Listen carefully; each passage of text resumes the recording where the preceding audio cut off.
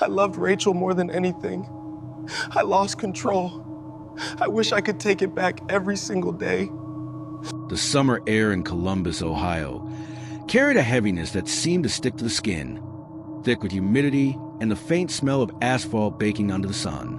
On July 16th, 2019, the neighborhood of Sycamore Heights was quiet. Families had retreated into air-conditioned homes, children tucked into bed, porch lights flickering on one by one. But at 11:42 p.m., that silence was shattered. A neighbor would later describe the sound as a scream that didn't seem human, followed by two sharp cracks that echoed down the street. Police dispatchers received multiple 911 calls in the next 3 minutes. By midnight, flashing red and blue lights washed across the modest two-story home of Curtis James Jr.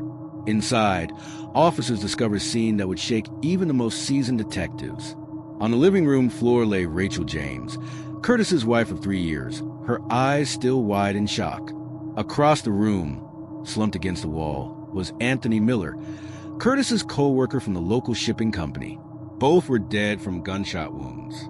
The man who had pulled the trigger, Curtis himself, sat motionless on the couch, the handgun resting at his feet. When officers entered, he raised his hands, his voice eerily calm. "They left me no choice." Hi and welcome to Case Wave True Crime. Stay with us as we uncover the case of Curtis James Jr., the man who killed his wife and his colleague. And don't forget to like, subscribe, and turn on your notification bell so you don't miss out on true crime stories that will keep you wondering why and speechless. To understand the tragedy, investigators had to rewind the story back to its beginnings. Curtis James Jr. grew up in the working-class neighborhoods of Columbus. The son of a postal worker and a nurse's aide, Curtis was known for his quiet determination. Teachers described him as the kid who never caused trouble. After graduating high school, he took a job at Midland Freight, a shipping company where long hours and heavy lifting left little room for much else.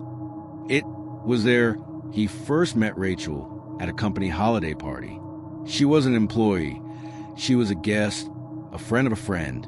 Rachel, with her auburn hair and quick smile, was the kind of person people gravitated toward.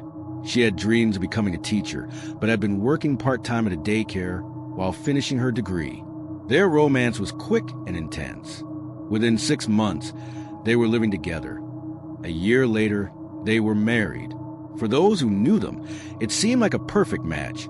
Rachel's warmth balancing Curtis's quiet steadiness.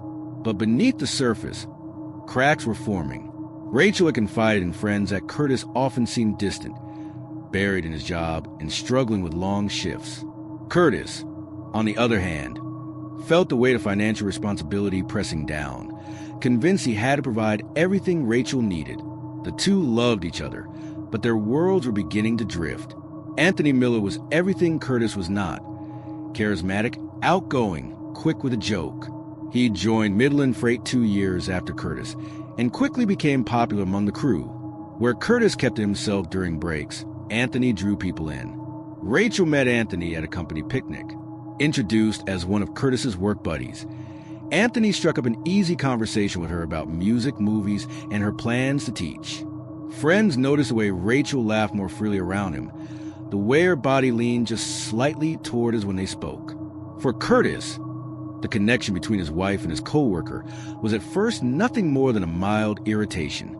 But over time, Anthony began visiting their home, sometimes to watch a football game, sometimes just to hang out.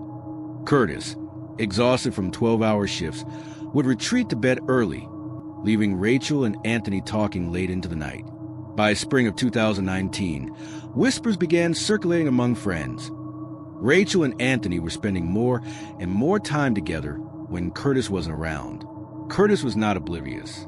The late-night text messages, the sudden secrecy with Rachel's phone, the unexplained absences, all of it gnawed at him, but he said nothing, clinging to the hope that it was just his imagination, that his marriage wasn't unraveling before his eyes. That hope ended on the evening of July 15th, 2019. According to Curtis's later testimony, he returned home from work earlier than expected. As he walked up the driveway, he noticed a car parked at the curb, Anthony's.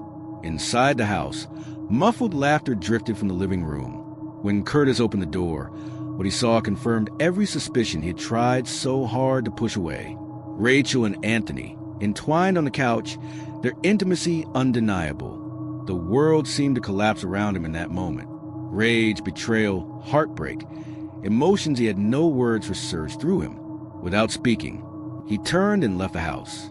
Neighbors would later recall seeing him pacing outside, hands gripping his head, muttering to himself. The official timeline established by investigators places Curtis leaving the house around 9:45 p.m. He drove aimlessly for nearly an hour before returning. In a statement to police, Curtis claimed he just wanted to talk.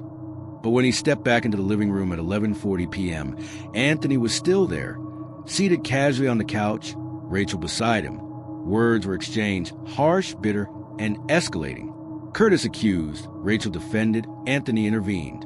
At some point, Curtis walked to the bedroom and retrieved his 9mm handgun, a weapon he legally owned but rarely used. What happened next lasted less than 30 seconds, but would define the rest of his life. Curtis shouted something unintelligible, his voice raw with fury. Anthony stood up, hands raised as if to calm the situation. Rachel screamed. Then, 2 shots rang out. Anthony collapsed instantly, struck in the chest. Rachel, scrambling toward the door, was hit moments later.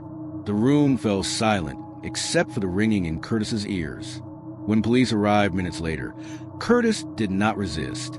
He was described as eerily calm, sitting beside his wife's lifeless body, whispering her name as if expecting her to respond. He was arrested on the spot, charged with 2 counts of first-degree murder. News of the killings rippled through Columbus. At Midland Freight, workers struggled to reconcile the quiet, reliable Curtis they had known with the man accused of executing his wife and colleague. Rachel's family was devastated. Her mother, speaking at a vigil, said through tears, "She was full of life, full of love. She didn't deserve this. None of them did." Anthony's friends expressed equal shock. To them, he had been a loyal friend, a brother figure. Curtis's trial began in March 2020, delayed by pre-trial motions and the mounting backlog in the court system. The prosecution painted a picture of a man consumed by jealousy, unwilling to face rejection. They highlighted his decision to retrieve the gun, calling it a clear indication of premeditation. The defense argued that Curtis had acted in a crime of passion, overwhelmed by betrayal and emotional devastation. His attorney emphasized his clean record, his reputation as a hard-working man, and the intensity of the shock upon finding his wife with another man. Testimony was harrowing. Jurors listened to the 911 calls, neighbors describing the screams and the gunshots. They saw crime scene photos that captured the final moments of Rachel and Anthony's lives. In his own testimony, Curtis wept openly, saying, I loved Rachel more than anything. I lost control. I wish I could take it back every single day." After 2 weeks of testimony and 3 days of deliberation, the jury returned with a verdict: guilty on 2 counts of second-degree murder. The judge, acknowledging the emotional intensity of the crime, but also the undeniable loss of 2 young lives, sentenced Curtis to 40 years in prison, without the possibility of parole for 25 years. Curtis showed little reaction as the sentence was read. Some in the courtroom wept. Others sat in stunned silence. In the years since, the case of Curtis James Jr. has been remembered not for its sensational details, but for the chilling ordinariness of it all. This wasn't the story of a career criminal or a stranger lurking in the dark. It was the story of a young couple, a struggling marriage, and choices that spiraled into tragedy. Friends of Rachel still post tributes to her on social media. Pictures of her bright smile, reminders of the teacher she never got to become. Anthony's family gathers each year on his birthday, releasing balloons into the sky, their grief still raw. As for Curtis, he spends his days in a state correctional facility, another young life swallowed by a single night of rage. The case raises uncomfortable questions. How well do we ever truly know the people closest to us? What happens when love turns to betrayal and betrayal to violence? And could this tragedy have been prevented if someone, somewhere, had seen the storm brewing? In the end, 3 lives were destroyed and countless others scarred. A marriage meant to last a lifetime ended in blood. A friendship, once casual, became fatal. and a community was left haunted by the knowledge that beneath the surface of ordinary lives, extraordinary darkness can sometimes lie waiting.